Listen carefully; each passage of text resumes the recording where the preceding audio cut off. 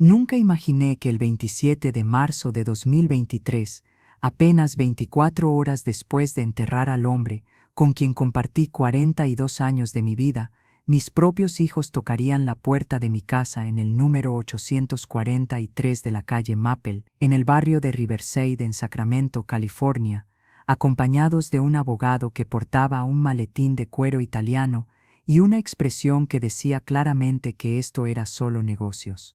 Mi nombre es Elena Victoria Morales de Sandoval. Nací el 12 de septiembre de 1955 en Guadalajara, Jalisco, México. Llegué a Estados Unidos cuando tenía 22 años, con un título de maestra en educación primaria, que apenas valía el papel en el que estaba impreso según las autoridades estadounidenses, pero con un corazón lleno de sueños y esperanzas. Tengo ahora 68 años. Y esta es la historia de cómo descubrí que el verdadero amor puede trascender incluso la muerte, y cómo la avaricia humana puede envenenar hasta las relaciones más sagradas. Todo comenzó el 24 de marzo de 2023, un viernes gris y lluvioso, cuando Roberto Andrés Sandoval, mi esposo, mi compañero, mi mejor amigo, exhaló su último aliento en la habitación 312 del Centro Médico Mercy General de Sacramento a las 4:17 de la tarde. Fueron 6 meses de agonía, 6 meses viéndolo consumirse desde que en septiembre de 2022 le diagnosticaron cáncer de páncreas en estado 4. Los doctores nos dieron 6 meses de vida. Fueron exactos, cruelmente exactos. Durante esos interminables 182 días, nuestros 3 hijos vinieron a visitarlo con diferentes frecuencias y diferentes niveles de compromiso. Mi hija mayor, Mariana Isabel Sandoval de Herrera, de 44 años, abogada corporativa en el bufete Morrison y asociados en San Francisco, manejaba 2 horas cada sábado en su BMW negro. Llegaba a las 10 de la mañana, se quedaba hasta el mediodía, a veces hasta la 1 de la tarde si no tenía compromisos urgentes. Siempre impecablemente vestida, siempre con su teléfono vibrando constantemente, siempre con esa expresión de eficiencia profesional que nunca la abandonaba ni siquiera frente a la cama de hospital de su padre. Mi hijo del medio, Carlos Alberto Sandoval, de 41 años, ingeniero en sistemas y fundador de una startup tecnológica llamada CloudSync Solutions en Palo Alto, venía cuando su agenda se lo permitía, 2 veces al mes, tal vez 3 en un buen mes, siempre agitado, siempre disculpándose, siempre con esa mirada de incomodidad que tienen las personas que no saben cómo comportarse frente a la muerte inminente. Se sentaba en la silla junto a la cama, miraba su Apple Watch constantemente, hacía preguntas superficiales sobre medicamentos y tratamientos como si fueran variables en una ecuación que pudiera resolver con el código correcto. Y luego estaba Sofía Guadalupe Sandoval, mi bebé de 35 años, divorciada desde hacía 3 años de un hombre que la había dejado con una hipoteca impagable y una hija de 7 años llamada Valentina. Sofía trabajaba como asistente administrativa en una clínica dental en Elk Grove, ganando $17 la hora, luchando cada día por llegar a fin de mes. Ella venía todos los días, todos los días. Salía de trabajar a las 5 de la tarde, recogía a Valentina de la escuela, pasaba a casa a darle de cenar a la niña, la dejaba con una vecina, y llegaba al hospital alrededor de las 7 de la noche. Se quedaba hasta las 10, a veces hasta las 11, leyéndole a su padre el Sacramento Bee, contándole historias de Valentina, sosteniendo su mano mientras él dormitaba por los efectos de la morfina. El funeral fue el domingo 26 de marzo en la funeraria Jardines del Recuerdo en la avenida Florín.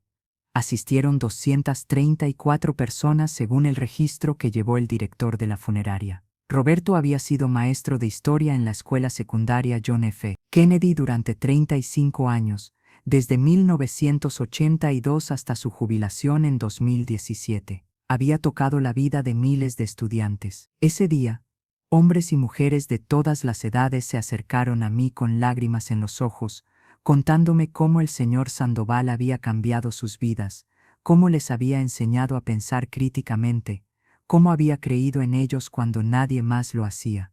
Michael Chen, ahora abogado de inmigración, Me contó entre lágrimas cómo Roberto había pagado de su propio bolsillo su examen de SAT, cuando su familia no podía permitírselo. Teresa Rodríguez, doctora en el UT Davis Medical Center, recordó cómo Roberto se había quedado después de clases durante todo un semestre para prepararla para sus exámenes de ingreso a la universidad. Marcus Washington, ingeniero en Intel, habló de cómo Roberto lo había salvado literalmente de unirse a una pandilla cuando tenía 14 años, convirtiéndose en su mentor y figura paterna. Después del funeral, todos regresaron a nuestra casa. Las vecinas habían llenado la cocina y el comedor con comida. Enchiladas, tamales, pozole, arroz con pollo, 3 tipos diferentes de frijoles, ensaladas, postres. La señora Nguyen del número 850 y uno había traído rollitos primavera vietnamitas. Los Johnson del número 837 trajeron una enorme fuente de mac and cheese. Así era nuestro barrio, una mezcla hermosa de culturas y tradiciones, todos uniéndose para apoyar a una viuda reciente. Mariana y Carlos se quedaron hasta las 8 de la noche. Los vi en la esquina del comedor, junto a la vitrina donde guardaba la vajilla de porcelana que había heredado de mi madre, hablando en voz baja, con expresiones serias, consultando sus teléfonos. En un momento, Mariana sacó una libreta de su bolso Louis Vuitton y escribió algo. Carlos asintió, guardó su iPhone en el bolsillo de su traje Hugo Boss, y ambos miraron en mi dirección. Cuando nuestras miradas se cruzaron, desviaron la vista rápidamente. Sofía se quedó hasta el final, ayudándome a guardar la comida sobrante en tuppers, lavando platos, secando lágrimas, tanto las suyas como las mías. Valentina se había quedado dormida en el sofá de la sala, abrazada al cojín bordado que Roberto solía usar para leer. A las 11 de la noche, cuando la última persona se fue y la casa quedó en silencio, me senté en el reclinable de Roberto en la sala. Ese sillón café de cuero que había comprado en Macy's en 2005, ya desgastado en los brazos por años de uso. Me envolví en su bata de franela azul, esa que le regalé en Navidad de 2020. Todavía olía a él, a su colonia Old Spice, a sus cigarros ocasionales que fumaba a escondidas en el garaje pensando que yo no sabía, a ese aroma indefinible que era simplemente Roberto.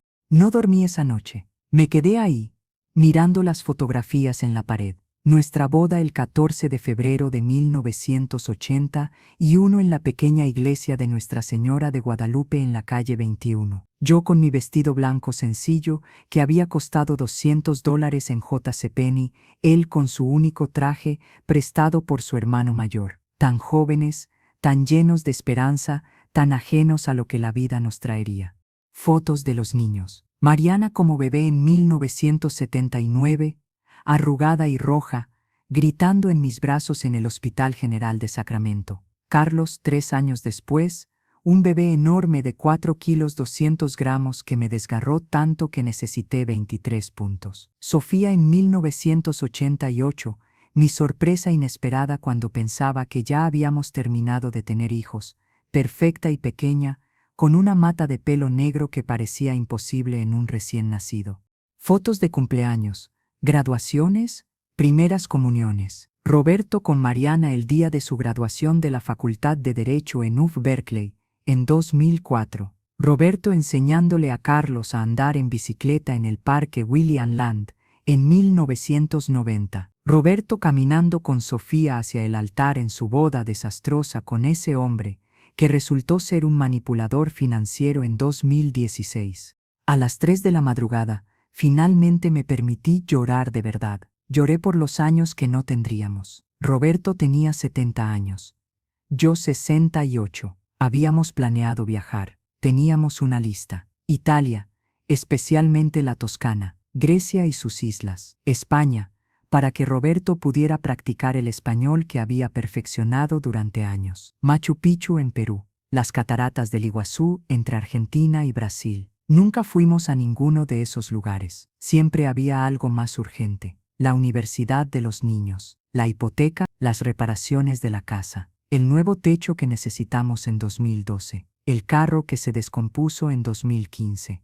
A las 9 de la mañana del lunes 27 de marzo de 2023, Apenas había logrado quedarme dormida en el reclinable cuando sonó el timbre, ese timbre insistente, urgente, que no paraba. Me levanté adolorida, con el cuerpo rígido por haber dormido en posición incómoda, con los ojos hinchados de tanto llorar. Miré por la mirilla de la puerta principal.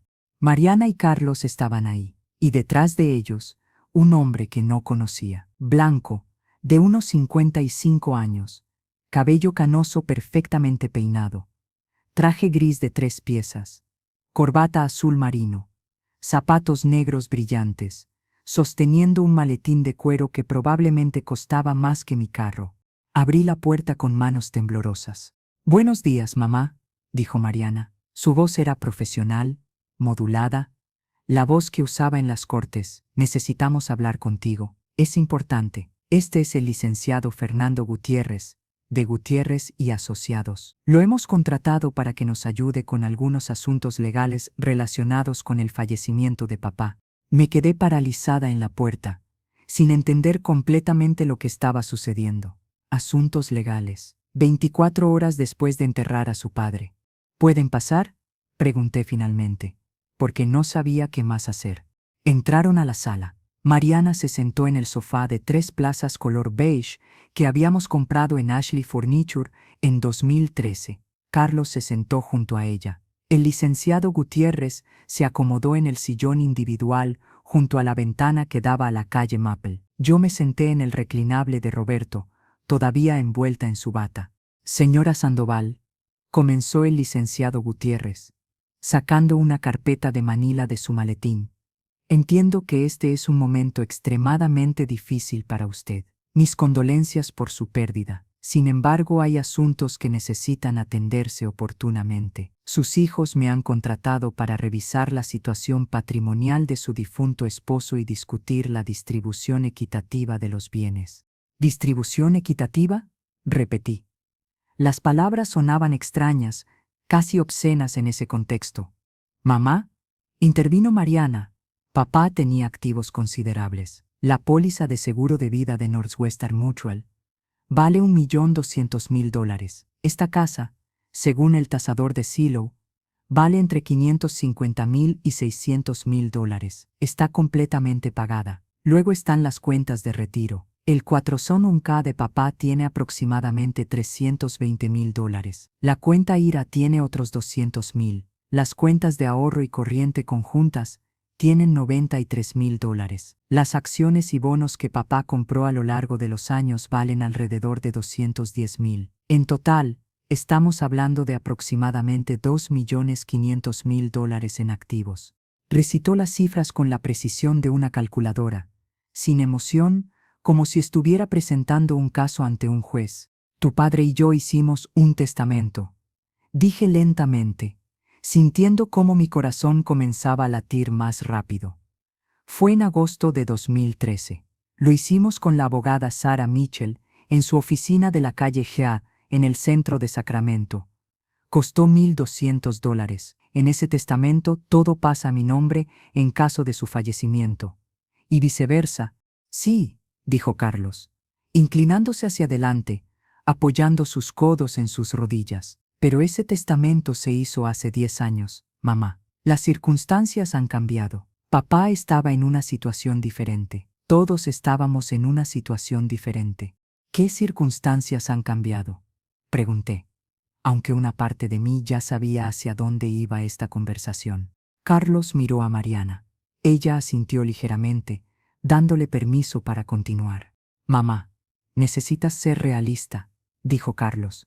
«Ya estás vieja. Tienes 68 años. No necesitas todo ese dinero. ¿Qué vas a hacer con $2,5 millones? ¿Para qué lo quieres? No tienes grandes gastos. Esta casa ya está pagada. Tienes Medicare que cubre tu salud. Papá te dejó su pensión de maestro del estado de California, que son $3,200 al mes. Puedes vivir cómodamente con eso. Nosotros, en cambio», continuó, «tenemos familias que mantener. Yo tengo empleados que dependen de mí. Mi empresa está pasando por un momento difícil. Tuve que despedir a 8 personas el mes pasado. Debo $120.000 en préstamos comerciales que vencen en julio. Mi casa en Palo Alto tiene una hipoteca de $700,000. Isabela va a entrar a Stanford el próximo año, y solo la colegiatura son $60,000 anuales. Mariana tomó el turno. Yo también tengo necesidades, mamá. Michael y yo hicimos inversiones en bienes raíces que salieron mal. Perdimos $200,000 el año pasado. Nuestra casa en Mill Valley vale 2 millones, pero debemos 1,300,000 en hipoteca. Los niños están en Marine Academy. Son $35,000 de colegiatura por cada uno. Son 70,000 al año. Tenemos gastos que tú ni siquiera puedes imaginar. Me quedé mirándolos. Estos dos adultos de mediana edad, que una vez fueron mis bebés. Traté de encontrar en sus rostros a los niños que había mecido cuando lloraban en la noche, a los que había consolado cuando tenían pesadillas, a los que había curado cuando se caían y se raspaban las rodillas. Su padre trabajó 43 años, dije finalmente. Comenzó a trabajar cuando tenía 18 años, en 1971, en un almacén en Stockton, cargando cajas. Trabajó en eso mientras iba a la universidad en Sacramento State. Se graduó en 1976. Le tomó 5 años en lugar de 4, porque tenía que trabajar tiempo completo para pagarse los estudios. Comenzó a enseñar en 1982. Durante todos esos años, cada centavo que ganó, cada dólar que ahorró, fue con la idea de que yo estaría protegida si él moría primero. Ese era su mayor miedo, que yo me quedara sin nada. Nadie está diciendo que te quedes sin nada, mamá, dijo Mariana, pero una distribución más equitativa sería apropiada. Por ejemplo, si tú te quedas con 1 millón y nosotros dividimos el otro 1,5 millones entre los tres, eso serían 500,000 para cada uno de nosotros. Tú seguirías teniendo más que suficiente, y nosotros podríamos resolver nuestros problemas financieros. ¿Y qué hay de Sofía?, pregunté. ¿Ella también está de acuerdo con esto? Sofía no está involucrada en esta conversación, dijo Carlos rápidamente. Ella tiene sus propios problemas. Está casi en bancarrota. Debe $60,000 en su casa de Elk Grove. Tiene 23,000 en deudas de tarjetas de crédito. No tiene ahorros. Probablemente tomaría lo que le demos y lo gastaría mal de todas formas. Sentí cómo la ira comenzaba a hervir en mi interior. Esta era Sofía de quien hablaban, su hermana menor, la que había estado ahí todos los días con su padre. Su hermana estuvo con su padre cada día durante su enfermedad, dije, mi voz temblando. Todos los días llegaba cansada del trabajo, a veces sin haber comido, y se sentaba con él durante horas. Le leía, le hablaba, lo hacía reír. ¿Dónde estaban ustedes? Teníamos responsabilidades, dijo Mariana defensivamente. Trabajos, familias propias. Sofía también tiene trabajo y familia, respondí. Tiene una hija de 7 años, trabaja a tiempo completo, y aún así encontró tiempo para su padre. Mamá, no hagas esto más difícil de lo que tiene que ser, dijo Carlos, su voz adquiriendo un tono de impaciencia. Estamos tratando de ser razonables. Podríamos impugnar el testamento en corte, alegar influencia indebida. Papá estaba enfermo, recibiendo medicamentos fuertes. Tal vez no estaba en su sano juicio cuando confirmó ese testamento. Lo miré como si fuera un extraño, porque en ese momento lo era. El testamento se hizo hace 10 años, repetí. Tu padre estaba completamente sano. Estaba trabajando todavía. No había ni siquiera un indicio de enfermedad. El licenciado Gutiérrez tosió suavemente. Señora Sandoval, permítame ser franco. Un litigio por herencia puede ser largo, costoso y doloroso para toda la familia. Los sentimientos se lastiman, las relaciones se destruyen. Sería mucho mejor llegar a un acuerdo amigable. Sus hijos están dispuestos a negociar. No hay nada que negociar, dije sintiendo cómo las lágrimas comenzaban a correr por mis mejillas. Su padre tomó una decisión. Yo respeto esa decisión. Fin de la discusión. Mariana se puso de pie abruptamente. Su rostro estaba rojo, sus manos apretadas en puños. «Ya estás vieja», gritó, y su voz llenó toda la casa. «¿Para qué quieres ese dinero? ¿Qué vas a hacer con él? ¿Comprarte ropa de marca? ¿Viajar a Europa? Por favor, mamá, sé realista. Probablemente te mueras en los próximos 10 años. Ese dinero se va a quedar ahí. sin usarse, mientras tus hijos luchan financieramente. Es egoísta, es cruel. Sus palabras me golpearon como puñetazos físicos. Mi propia hija, la niña que había llevado en mi vientre durante 9 meses, la que había amamantado durante 1 año, la que había desvelado cuando tenía fiebre, me estaba gritando, llamándome egoísta, deseando mi muerte. Carlos se puso de pie también. Papá hubiera querido que nosotros lo tuviéramos, dijo con convicción. Nos amaba, quería lo mejor para nosotros. Si hubiera sabido lo difícil que iba a ser nuestra situación financiera, habría cambiado ese testamento, lo sé. En el fondo, mamá, tú también lo sabes. El silencio que siguió fue absoluto. El licenciado Gutiérrez miraba sus documentos incómodamente. Mariana respiraba agitadamente, todavía de pie, mirándome con ojos llenos de ira y algo más. Algo que parecía resentimiento acumulado. Carlos miraba el suelo, incapaz de sostener mi mirada. No dije nada. No podía. Las palabras se habían atascado en mi garganta, mezcladas con sollozos que luchaba por contener. En cambio, me levanté del reclinable y caminé hacia el estudio de Roberto.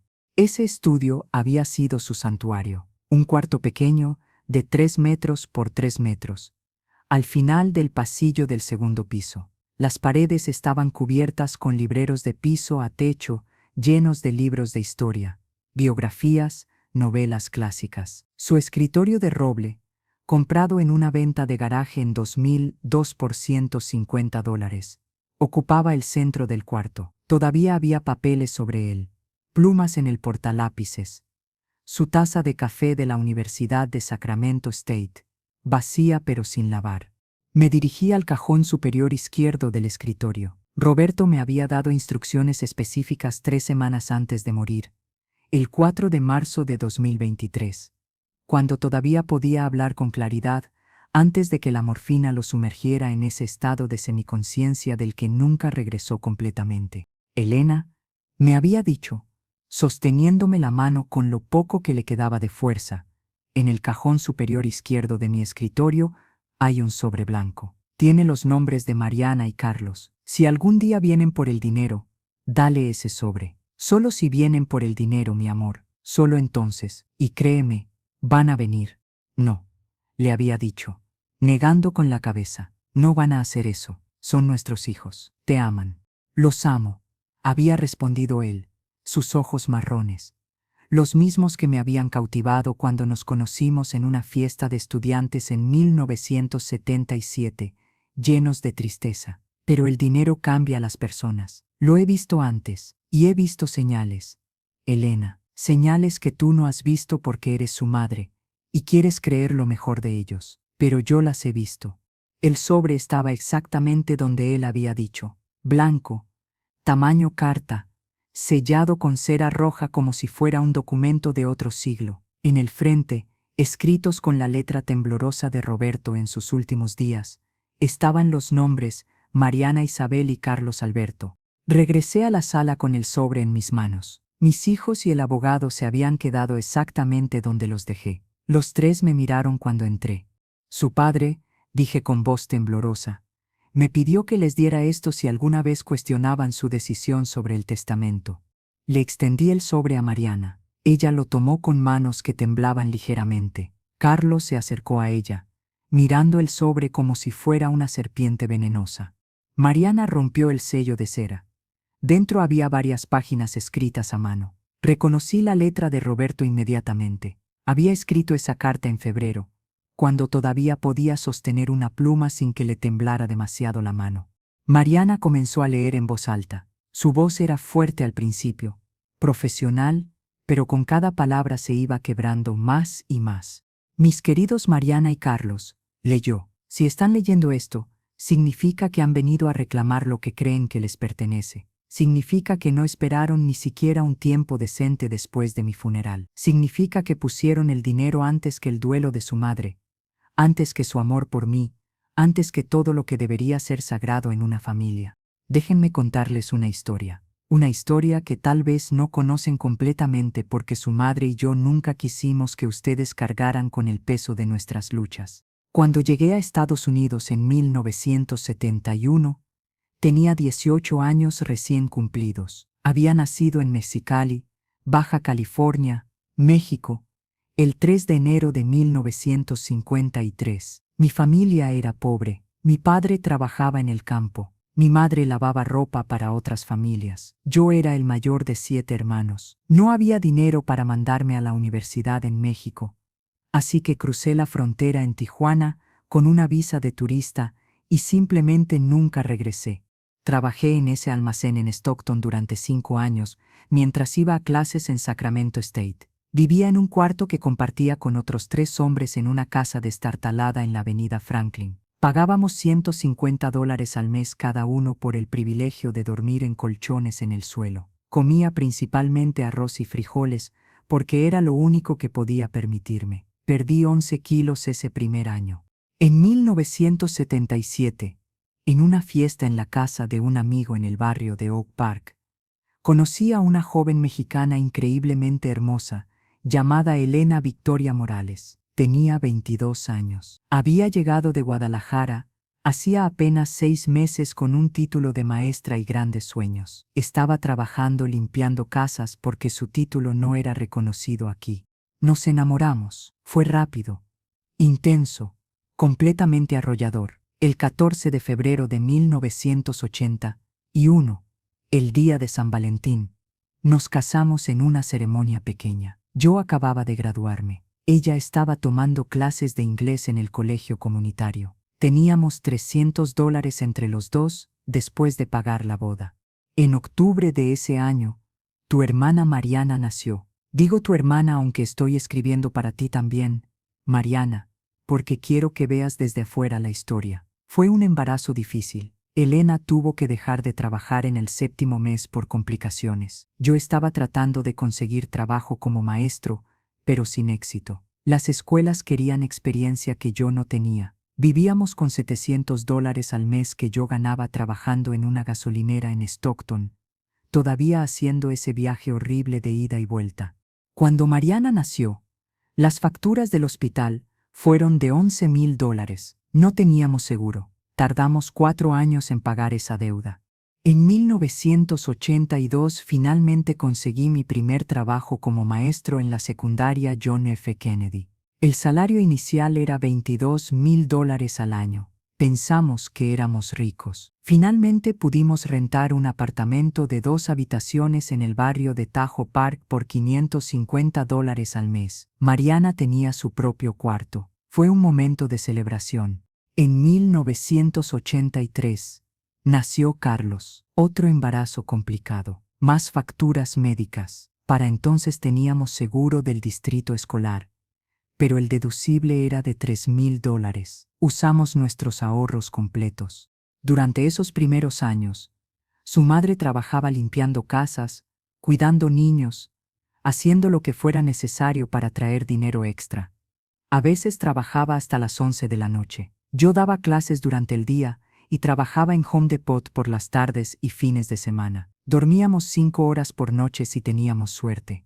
En 1988, cuando pensábamos que finalmente estábamos estabilizados financieramente, Elena quedó embarazada otra vez. Sofía no fue planeada, pero fue inmensamente amada. Para entonces yo estaba ganando $32,000 al año, y Elena había conseguido un trabajo como asistente de maestro en una escuela primaria, ganando $18,000. Finalmente podíamos respirar un poco. En 1992 compramos nuestra primera casa. Esta casa en la calle Maple costó $180,000. Dimos un enganche de $30,000 que habíamos ahorrado durante 6 años. La hipoteca era de $1,250 al mes. Pensamos que nunca podríamos pagarla, pero lo hicimos. La pagamos completamente en 2017, después de 25 años de pagos. Durante todos esos años, ustedes fueron nuestra prioridad, siempre, sin excepciones. Mariana, te mandamos a la escuela privada Catholic Elementary School desde 3er grado, porque las escuelas públicas del área no eran buenas. Era $250 al mes que apenas podíamos permitirnos. Luego la preparatoria St. Francis, $3,500 al año. Estabas en el equipo de debate. Los viajes a competencias, los uniformes, los libros, todo lo pagamos. Nunca dijimos que no a nada que necesitaras para tu educación. Cuando entraste a Upper Clay en 1997, la colegiatura era de $4,000 al año para residentes de California. Eso no suena como mucho ahora, pero para nosotros era una fortuna. Habitación y comida eran otros 11,000. Libros, transporte, gastos personales, otros 5,000, $20,000 al año. Durante 4 años, $80,000. Usamos préstamos, sí, pero también vaciamos nuestras cuentas de retiro, pagamos penalidades, hicimos lo que fuera necesario. Luego la escuela de leyes en 2001. $35,000 al año solo de colegiatura. 3 años, más de $100,000. Tu madre volvió a trabajar tiempo completo limpiando casas por las tardes después de su trabajo como asistente de maestra. Yo daba tutorías privadas todos los fines de semana. Te mandábamos $1,000 al mes para tus gastos. Nunca te dijimos que estábamos comiendo arroz con frijoles 4 días a la semana para poder hacerlo. Cuando te casaste con Michael en 2006, pagamos tu boda. $18,000 en el Hotel Hyatt Regency, en el centro de Sacramento. 200 invitados, banda en vivo, barra libre. Queríamos que tuvieras el día perfecto. Usamos el dinero que habíamos estado ahorrando para finalmente tomar esas vacaciones en México que nunca habíamos podido permitirnos. En 2009, cuando compraste tu primera casa en San Francisco, necesitabas $60,000 para el enganche. No los tenías. Nosotros teníamos 72,000 en nuestra cuenta de ahorros, ahorrados durante 30 años. Te dimos 60,000. Nos quedamos con 12,000 como fondo de emergencia. Nunca nos devolviste ese dinero. Nunca lo pedimos de vuelta, porque eres nuestra hija y eso es lo que hacen los padres. La voz de Mariana se había reducido a un susurro. Las lágrimas corrían libremente por su rostro, manchando las páginas de la carta. Carlos había palidecido. Sus manos temblaban visiblemente. El licenciado Gutiérrez miraba por la ventana, claramente deseando estar en cualquier otro lugar. Pero Mariana continuó leyendo, como si estuviera en un trance, incapaz de detenerse. Carlos, tu historia es similar. Escuela privada, mismos sacrificios. Entraste a Stanford en 2000. Cuando la colegiatura ya había subido a 25,000 al año. Más habitación y comida, libros, gastos, 150,000 durante 4 años. Tomamos un segundo préstamo sobre la casa. Todavía estábamos pagándolo cuando me diagnosticaron el cáncer. Tu boda en 2008 con Jennifer, $15,000. La pagamos. En 2014 perdiste tu trabajo en Google durante una de sus reorganizaciones. Estuviste desempleado 8 meses. Viniste a vivir con nosotros. Te alimentamos, te apoyamos emocionalmente. Te prestamos $20,000 para que pudieras mantenerte a flote con tus gastos básicos. Cuando finalmente conseguiste otro trabajo, nos devolviste 5,000 y dijiste que el resto lo pagarías poco a poco. Nunca volvimos a ver ese dinero. No te lo recordamos porque eres nuestro hijo. En 2018, querías empezar tu compañía. Necesitabas $50,000 para el capital inicial. No tenías ese dinero. Los bancos no te prestaban porque consideraban tu idea muy riesgosa. Viniste a nosotros. Ya estábamos jubilados, viviendo con mi pensión de $3,200 al mes y los ahorros que nos quedaban. Te dimos 50,000 de nuestros ahorros de retiro. Era casi todo lo que teníamos además de esta casa. Dijiste que nos lo devolverías en 2 años con intereses. Han pasado 5 años. No hemos visto ni un centavo. Y no te lo hemos pedido porque eres nuestro hijo y queríamos que tuvieras la oportunidad de perseguir tus sueños. Sofía, tu hermana menor, la que ustedes están dispuestos a excluir de esta conversación sobre dinero. Déjenme contarles sobre Sofía. Cuando ella quiso ir a la universidad, ya no nos quedaba dinero. Habíamos gastado todo en ustedes dos. Le dijimos la verdad. Ella entendió. Fue al colegio comunitario durante 2 años, trabajando tiempo completo en Target, yendo a clases por las noches. Se pagó sus propios estudios. Luego transfirió a Sacramento State para sus últimos 2 años. Trabajó 3 empleos simultáneamente. Se graduó con $30,000 en deudas de préstamos estudiantiles que todavía está pagando. Cuando se casó en 2016, ella y su esposo pagaron su propia boda, una ceremonia simple en el jardín de un amigo, 150 personas, comida de un restaurante local. Costó $3,000 que ellos mismos ahorraron. Nosotros contribuimos con $500, que era todo lo que podíamos dar en ese momento.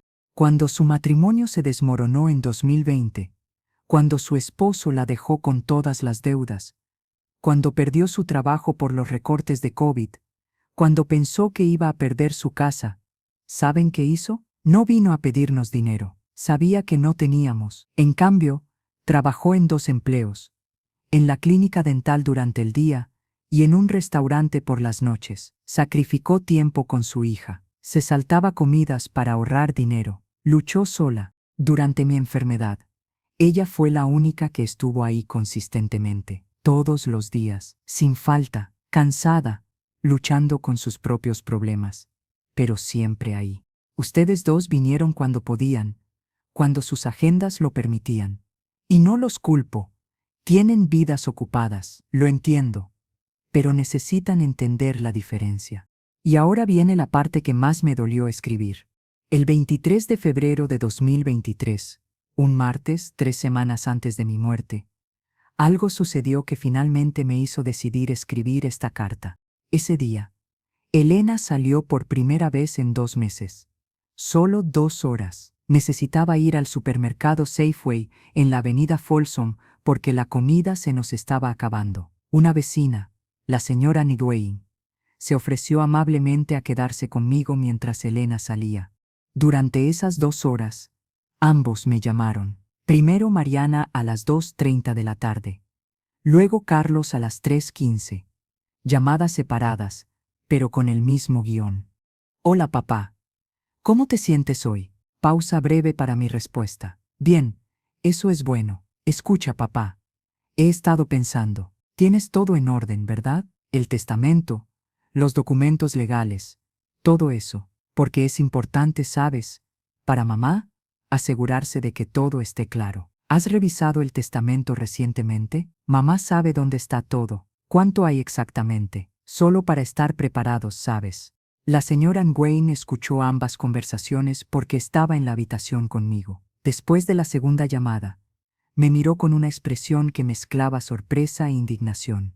Roberto, me dijo en su inglés con fuerte acento vietnamita. Tus hijos preguntan por dinero antes que por tu salud. Ni siquiera preguntaron si necesitabas algo. Solo preguntaron por testamento y cuánto dinero. Cuando Elena regresó, no le dije nada. Ella tiene una imagen tan hermosa de ustedes. Cree que son buenos hijos, hijos cariñosos, y tal vez lo son, a su manera. Pero ese día, vi la verdad. Vi que su preocupación principal no era mi bienestar, sino mi patrimonio. Carlos dejó caer la carta. Se cubrió el rostro con ambas manos y comenzó a sollozar, grandes sollozos que sacudían todo su cuerpo. Mariana intentó continuar leyendo, pero su voz se quebraba con cada palabra. Por favor, no pares, dije suavemente. Tu padre quería que escucharas todo. Mariana respiró profundamente, secándose los ojos con el dorso de la mano, y continuó con voz temblorosa. Después de ese día, empecé a prestar más atención. Noté cosas que antes había ignorado o justificado.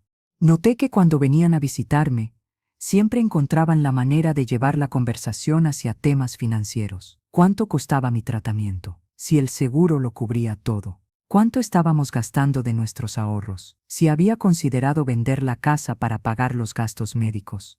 Noté que cuando Elena salía del cuarto, aprovechaban para hacer preguntas más directas. ¿Tenía seguro de vida? ¿Cuánto? ¿Quién era el beneficiario? ¿Habíamos actualizado el testamento?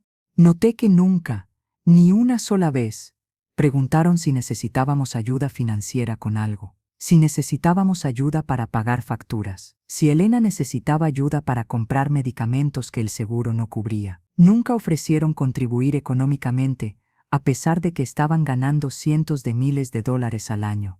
En contraste, Sofía, quien apenas puede llegar a fin de mes, una vez trajo $300 en efectivo. Dijo, papá, sé que no es mucho, pero es todo lo que tengo ahorrado este mes.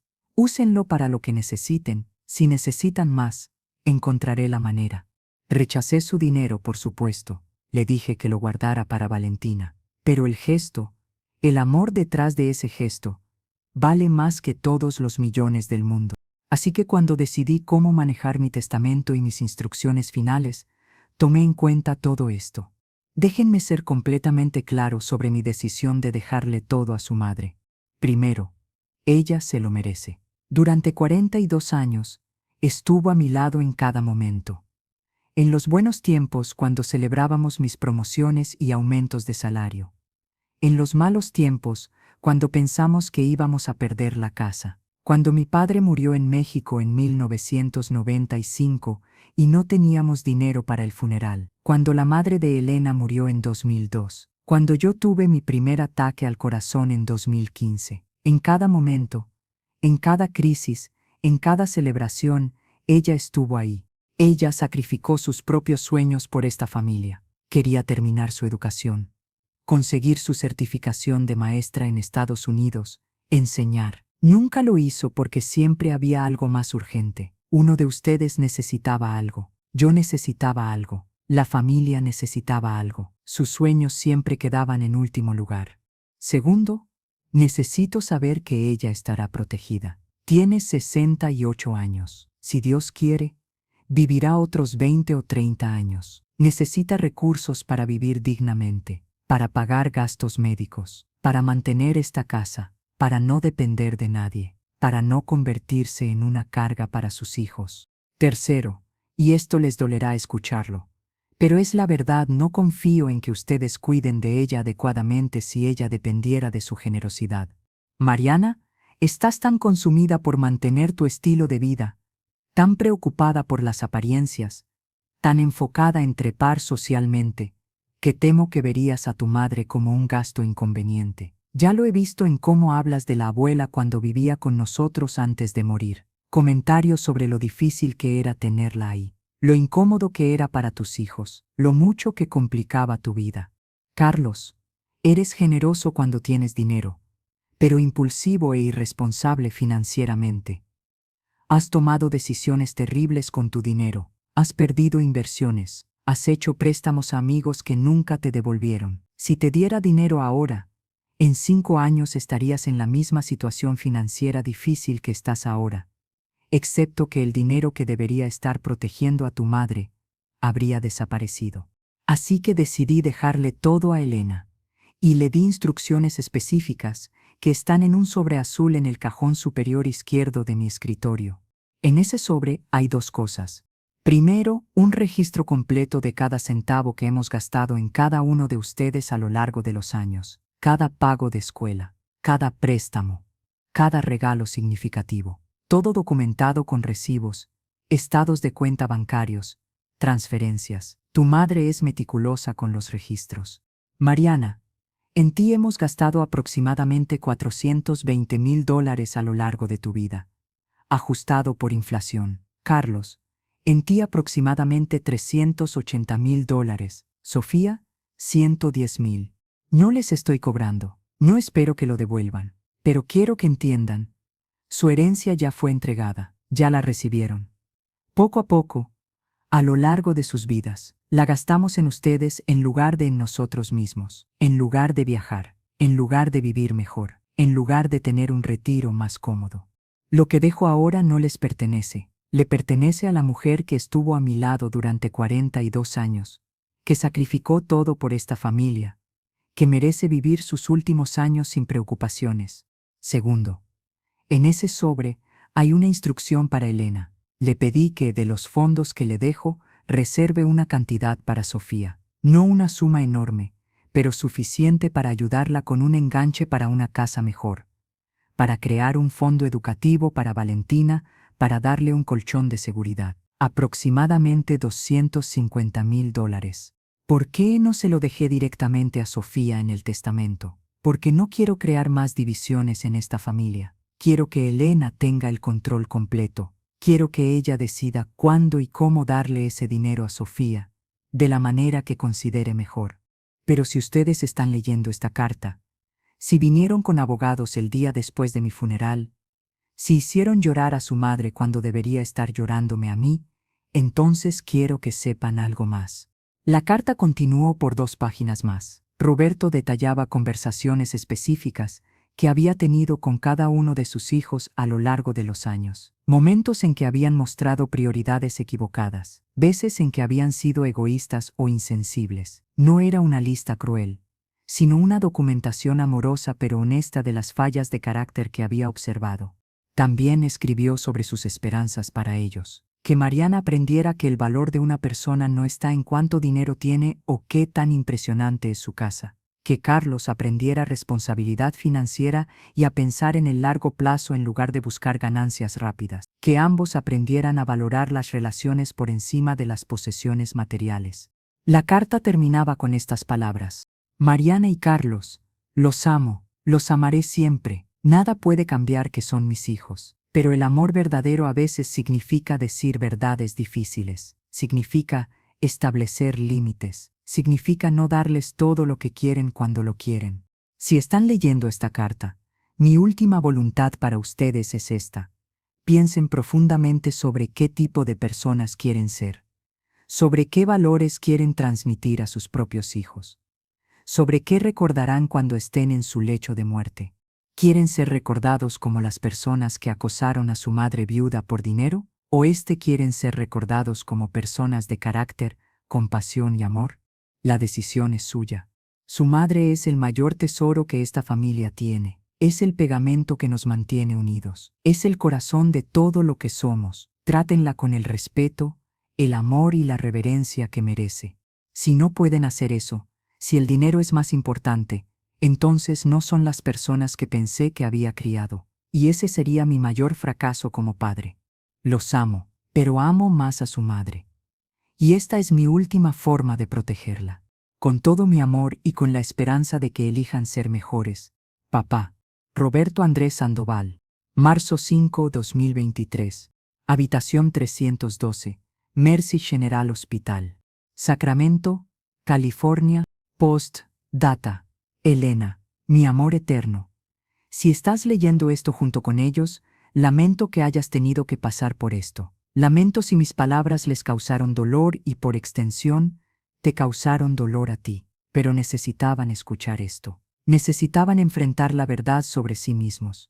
Has sido la luz que iluminó mi vida durante 42 años. Mi mejor amiga, mi amante, mi compañera, mi roca. Morí feliz porque viví amado por ti. Ese es un regalo que no todos reciben.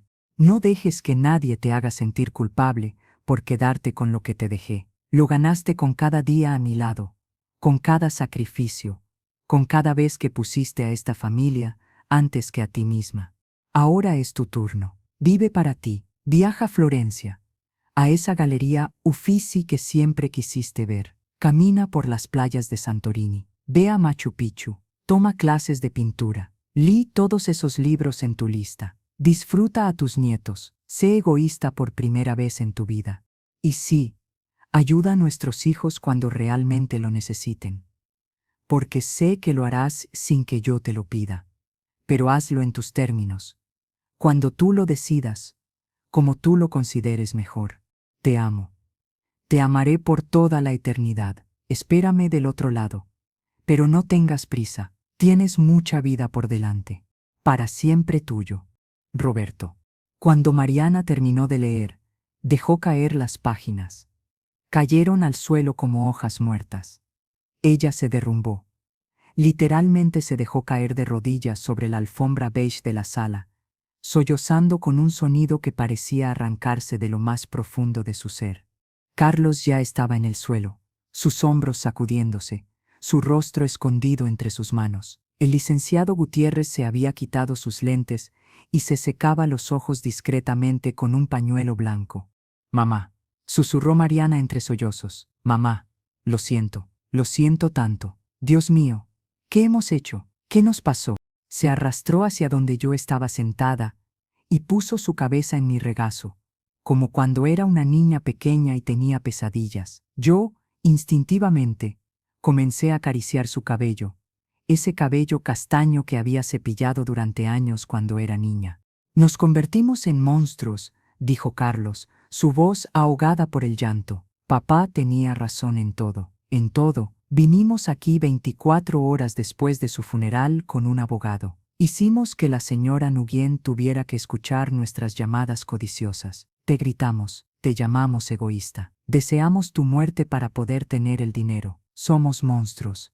No son monstruos, dije suavemente. Son personas que perdieron su camino. Hay una diferencia. ¿Cómo puedes perdonarnos?, preguntó Mariana, levantando su rostro enrojecido e hinchado. Después de todo lo que dijimos, después de lo que hicimos. Porque soy su madre, respondí. Porque los amé desde antes de que nacieran. Porque los amo ahora. Porque los amaré siempre. Eso no significa que apruebo lo que hicieron, pero significa que puedo perdonarlos. El licenciado Gutiérrez se puso de pie, recogiendo sus documentos con movimientos torpes. Señora Sandoval, dijo con voz suave, creo que mi presencia aquí ya no es necesaria ni apropiada. Les pido disculpas por haber sido parte de esto. Su esposo era claramente un hombre sabio y amoroso. Lamento mucho su pérdida. Después de que se fue, nos quedamos los tres. Hablamos durante horas. Ellos me contaron cosas que nunca me habían dicho. Mariana admitió que ella y Michael habían invertido $200,000 en un desarrollo inmobiliario en Tajo, que resultó ser un fraude. Habían perdido todo. Estaban desesperados, aterrorizados de perder su estilo de vida, de tener que sacar a los niños de sus escuelas privadas, de admitir ante sus amigos ricos que habían fracasado. Carlos confesó que su compañía estaba al borde de la bancarrota. Había tomado préstamos personales de agiotistas desesperados que ahora lo estaban presionando. Debía dinero a personas peligrosas. Tenía miedo, verdadero miedo físico, de lo que podría pasarle si no pagaba pronto. Los escuché, no los juzgué, pero tampoco les ofrecí soluciones inmediatas. Su padre tenía razón. Necesitaban aprender a resolver sus propios problemas. Esa noche, ambos se quedaron a dormir. Carlos en su antigua habitación en el segundo piso, la que todavía tenía sus pósters de Star Wars de cuando tenía 15 años. Mariana en la habitación de invitados, rodeada de las fotografías familiares que cubrían las paredes. A la mañana siguiente, 28 de marzo de 2023, un martes, preparé el desayuno. Huevos revueltos con jamón, como le gustaban a Carlos. Pan tostado con mantequilla y mermelada de fresa, como le gustaba a Mariana. Café negro y fuerte. Fue la primera comida que había cocinado desde la muerte de Roberto. Mientras revolvía los huevos en la sartén de hierro fundido que habíamos comprado en una venta de garaje en 2001, sentí su presencia. Casi podía escuchar su voz diciendo: «Así es, mi amor, no tanto fuego se van a quemar». Durante el desayuno, Mariana habló primero. «Mamá, Carlos y yo hemos hablado toda la noche. Obviamente no vamos a impugnar el testamento. Papá sabía exactamente lo que estaba haciendo. Y tenía razón. En todo. Pero queremos que sepas que vamos a cambiar. Vamos a ser mejores hijos. Voy a venir más seguido. No solo a visitarte, sino a realmente estar presente. A ayudarte con lo que necesites. Sin expectativas. Sin agenda oculta. Porque te amo y porque he sido una hija terrible». Carlos asintió vigorosamente. «Y yo voy a buscar ayuda real para mis problemas financieros. Voy a hablar con un asesor de bancarrota. Voy a enfrentar la realidad de mi situación en lugar de buscar soluciones mágicas. Y voy a estar aquí para ti, mamá, como debí haber estado para papá». Los miré a través de la mesa de la cocina. Esa mesa de roble que Roberto había restaurado en 2008 cuando la encontramos abandonada en la calle. Vi en sus rostros algo que no había visto en años: humildad genuina, arrepentimiento real, no la culpa superficial que uno siente cuando lo atrapan haciendo algo malo, sino el dolor profundo de reconocer que has lastimado a las personas que más amas. Su padre estaría orgulloso de escucharlos decir eso, dije, pero las palabras son fáciles. Las acciones son lo que cuenta. Lo sabemos, dijeron al unísono. Esa tarde llamé a Sofía. Le conté todo. Se quedó en silencio durante un largo momento después de que terminé. «Mamá», dijo finalmente, «no sé si puedo perdonarlos tan fácilmente como tú. Me duele lo que te hicieron. Me enoja, Papá apenas lleva 2 días muerto, y ellos ya estaban peleando por su dinero. No tienes que perdonarlos todavía, le dije. El perdón es un proceso, no un evento. Tómate tu tiempo. Pero también recuerda que son tu hermana y tu hermano. La familia es importante. Voy a necesitar tiempo, admitió. Pero voy a intentarlo, por ti y por papá. Los meses siguientes fueron de sanación lenta pero real. Mariana comenzó a venir cada domingo, no por 1 hora, sino por todo el día. Traía a sus hijos, Daniel de 16 años y Sophie de 14. Los niños, que siempre habían sido distantes, comenzaron a abrirse conmigo. Daniel me enseñó a usar Instagram. Sophie y yo comenzamos a cocinar juntas, y le enseñé las recetas mexicanas que mi madre me había enseñado a mí.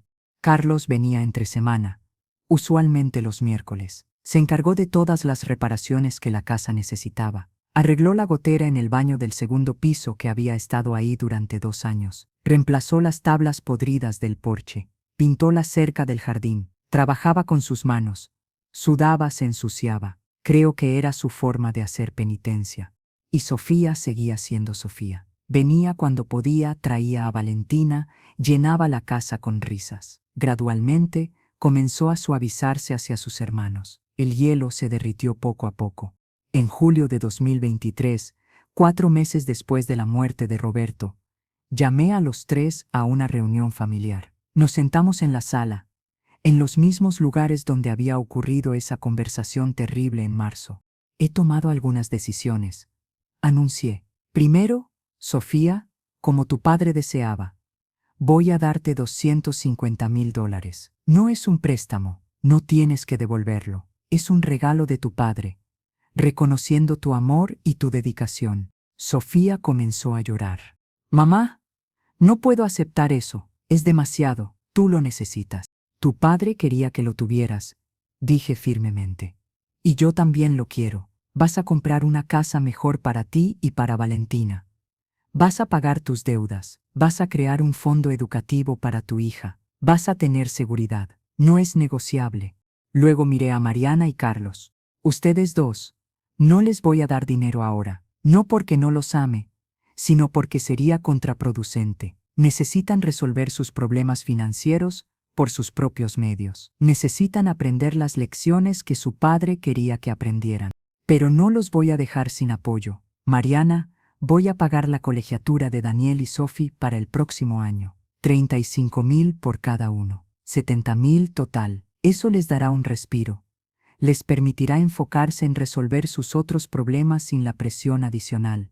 Carlos, voy a pagar $10,000 a tus acreedores más peligrosos, esos que te están amenazando. Eso te comprará tiempo. El resto, lo tienes que resolver tú. Si eso significa declararse en bancarrota, que así sea. Si significa perder tu casa en Palo Alto y mudarte a algo más modesto, que así sea. Pero no voy a permitir que estés en peligro físico. Ambos trataron de protestar, de agradecer, de prometer. Los callé con un gesto de mi mano. Esto no es generosidad sin condiciones, dije. Hay expectativas. Espero que vengan regularmente. Espero que estén presentes en mi vida. No por obligación, sino porque genuinamente quieren. Espero que trabajen en su relación con Sofía. Espero que sean modelos a seguir para sus hijos. Espero que honren la memoria de su padre, siendo las personas que él esperaba que fueran. ¿Pueden hacer eso? Sí, dijeron. Podemos. Lo haremos. Y lo hicieron. No perfectamente. Hubo retrocesos. Hubo momentos de tensión. Pero hubo progreso real. En septiembre de 2023, en el primer aniversario del diagnóstico de cáncer de Roberto, organizamos una misa en su memoria en la iglesia de Nuestra Señora de Guadalupe. Vinieron más de 100 personas. Después, tuvimos una reunión en casa, comida, música, historias. Fue una celebración de su vida, no un lamento por su muerte. En marzo de 2024, en el primer aniversario de su muerte, fuimos juntos al cementerio East Lawn en la avenida Folsom. Habíamos comprado una lápida hermosa de granito negro con su nombre, sus fechas, y una inscripción que yo elegí: maestro, esposo, padre. Amó profundamente y fue profundamente amado. Nos sentamos en el césped alrededor de su tumba. Cada uno compartió un recuerdo. Mariana habló de cómo Roberto la había ayudado a prepararse para su examen de ingreso a la Facultad de Derecho, haciéndole pruebas de práctica todas las noches durante 3 meses. Carlos recordó cómo Roberto le había enseñado a manejar con stick shift en el estacionamiento vacío del Walmart, con paciencia infinita a pesar de los saltos y paradas abruptas. Sofía compartió cómo Roberto la había ayudado durante su divorcio, escuchándola llorar por teléfono durante horas, dándole consejos sabios, recordándole su valor cuando ella sentía que no valía nada. Yo hablé sobre el día que nos conocimos en esa fiesta en 1977, cómo Roberto se había acercado con una cerveza modelo en cada mano. Me había ofrecido una, y había dicho con una sonrisa tímida: «Soy Roberto. No bailo bien, mi español es terrible, y probablemente voy a arruinar esta conversación, pero me gustaría intentarlo de todas formas». Me había hecho reír, y siguió haciéndome reír durante 42 años. También cumplí las instrucciones de Roberto para mí. En mayo de 2024, viajé a Italia con un grupo de amigas de mi club de lectura. Pasamos 2 semanas recorriendo la Toscana, visitando la Galería Uffizi en Florencia, caminando por los viñedos de Chianti, comiendo pasta fresca y bebiendo vino tinto bajo el sol italiano. Lloré en la galería cuando vi la Primavera de Botticelli, que Roberto siempre había querido que yo viera, pero fueron lágrimas dulces, llenas de gratitud por haber tenido un amor tan profundo. En agosto, fui a Grecia. Santorini, con sus casas blancas y cúpulas azules, era todo lo que habíamos imaginado. Me senté en un café al borde del acantilado, mirando el mar Egeo, y sentí la presencia de Roberto tan fuertemente que casi podía verlo sentado frente a mí. Retomé mis clases de pintura en el centro comunitario del barrio. Descubrí que tenía talento para la acuarela. Mis pinturas no eran obras maestras, pero me traían alegría. Eso era suficiente. Usé parte del dinero para establecer la beca Roberto Sandoval en la secundaria John F. Kennedy. $25,000 al año para un estudiante de bajos recursos que demostrara pasión por la historia y el servicio comunitario. El primer beneficiario fue un joven salvadoreño llamado Miguel Ángel Hernández, cuya historia era tan similar a la de Roberto que me hizo llorar cuando leí su solicitud. En la ceremonia de entrega en octubre de 2024, Miguel dio un discurso. Habló de cómo el señor Sandoval había sido su maestro en su primer año en Kennedy, cómo había visto su potencial cuando nadie más lo hacía, cómo había pasado horas extra ayudándolo a mejorar su inglés, cómo había pagado de su propio bolsillo sus libros para las clases avanzadas. Miguel se graduaría en 2025 e iría a UC Davis a estudiar historia con planes de convertirse en maestro. El señor Sandoval me salvó la vida, dijo Miguel con lágrimas corriendo por su rostro. No solo me enseñó historia, me enseñó que mi vida tenía valor, que mi futuro importaba, que alguien creía en mí. Voy a honrar su memoria siendo para otros estudiantes lo que él fue para mí. No había un solo ojo seco en el auditorio. Hoy es 27 de marzo de 2025, 2 años exactos desde esa mañana terrible cuando Mariana y Carlos llegaron con su abogado, 2 años desde que leímos la carta de Roberto.